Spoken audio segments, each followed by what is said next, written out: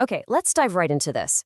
Welcome to today's Explainer, where we're going to unpack one of the most fascinating and honestly bizarre geographical anomalies out there. We're taking a look at the Principality of Warehouse. If you're the kind of focused learner who absolutely loves discovering hidden worlds that exist right under our noses and exploring how people create highly structured societies completely from scratch, you are going to absolutely love diving into the surprising daily life of a warehouse micronation. So, get this. Did you know there is an actual independent state operating entirely inside a giant warehouse in Shizuoka, Japan? I know, it sounds exactly like the premise of some quirky fantasy novel, but it is completely real. We are going on a journey today to uncover the reality of this self-proclaimed sovereign state. It is just a brilliant example of world building happening not in some digital metaverse, but in a very real physical space. Section 1. The giant Shimoda warehouse state.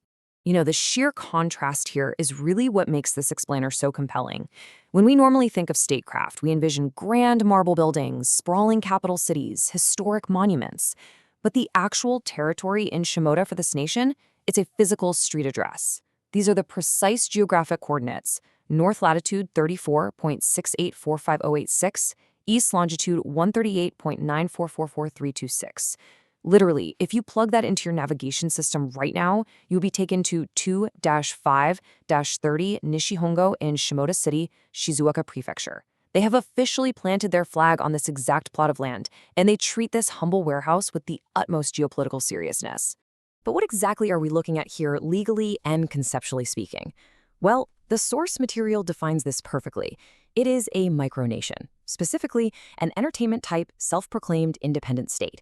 Now, to be clear, they aren't trying to literally secede from Japan and cause some massive international crisis. Rather, they've creatively transformed a massive warehouse space into a fully immersive entertainment facility that operates entirely under the strict guise of national sovereignty. Moving on to Section 2, Surprising Daily Life and Events.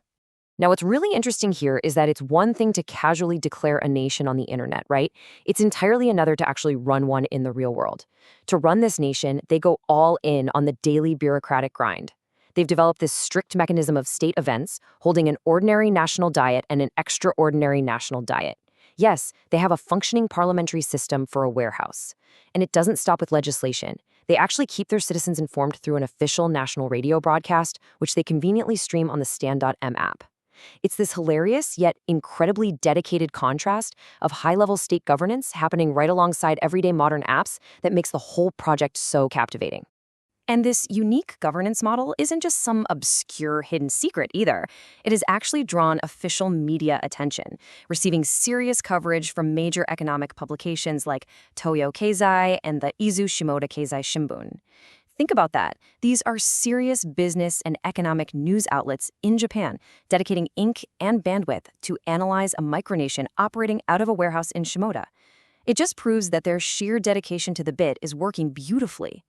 Plus, to maintain a successful nation, you need history, you need lore. And the Principality of Warehouse maintains a deep, rich backstory beautifully captured in serials like Until the King Became King.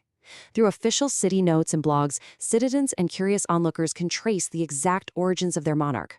It adds this absolutely crucial layer of mythology that transforms a physical building into a place of true historical significance for its people. Which brings us to Section 3, Unique National Festivals. So, how do the people actually come together? How do they celebrate their shared identity? Well, this is where the uniqueness of their festivals really shines. Throughout the year, this giant warehouse completely transforms its operations to host annual national festivals. And we're not just talking about casual weekend parties here. These are official, state-sanctioned events that truly bring the territory to life. It's during these festivals that the physical space feels like a genuine sovereign gathering, allowing citizens to interact, celebrate their shared culture, and temporarily step entirely out of regular society and into their own micronation. But behind all the fun and vibrant energy of the festivals, they strictly maintain the bureaucratic facade of a real country, and that extends right into the digital age.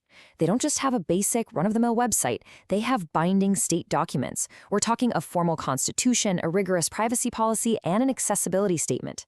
They are literally crossing every T and dotting every I to ensure their digital infrastructure mirrors that of any recognized global nation. Actually, I absolutely love this next detail. The number 2050. If you scroll to the bottom of their official state documents, their copyright officially reads Copyright 2050 by Principality of Warehouse. It's such a surprising, playful little fact that perfectly showcases their forward-looking approach to nation building. They aren't just thinking about today or next year. They are projecting their sovereignty decades into the future. All right, let's head into Section 4 for titles and citizenship. So the crucial point here is, how do you actually become a citizen? How do you fit into all of this? Let's break down the social hierarchy of the warehouse and look at the 4 types of titles and benefits. There are 4 distinct titles available for aspiring citizens. At Tier 4, you can enter the nation as a regular citizen. But if you have grander ambitions, you can easily ascend the ranks. You can buy into Tier 3 as a baron, Tier 2 as a count, or reach the absolute pinnacle at Tier 1 as a duke. So the question you really have to ask yourself is, are you content with common citizenship, or do you desire the ultimate prestige of being a duke in the Principality? Once you have your title, you've got to look the part, right? But you won't find a standard, cheesy, tourist souvenir shop here. Instead, you enter the National Animal Shop, or Kokuju Shop. This is where the citizens officially gear up. It takes the whole concept of a museum gift shop and completely elevates it into a state-sanctioned outfitting experience.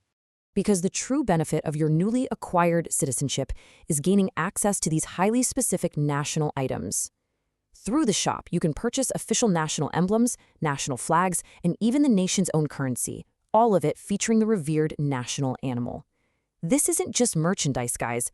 It's the physical proof of your aristocratic status within those warehouse walls.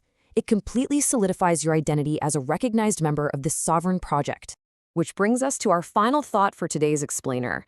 We've explored the precise coordinates in Shimoda, the intricate government systems, the unique festivals, and the highly structured aristocracy of this massive entertainment project.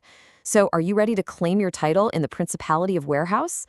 I really hope this gave you a fascinating glimpse into this brilliantly executed Japanese subculture. The rabbit hole is out there, operating entirely within a giant warehouse, just waiting for you to step inside and explore it.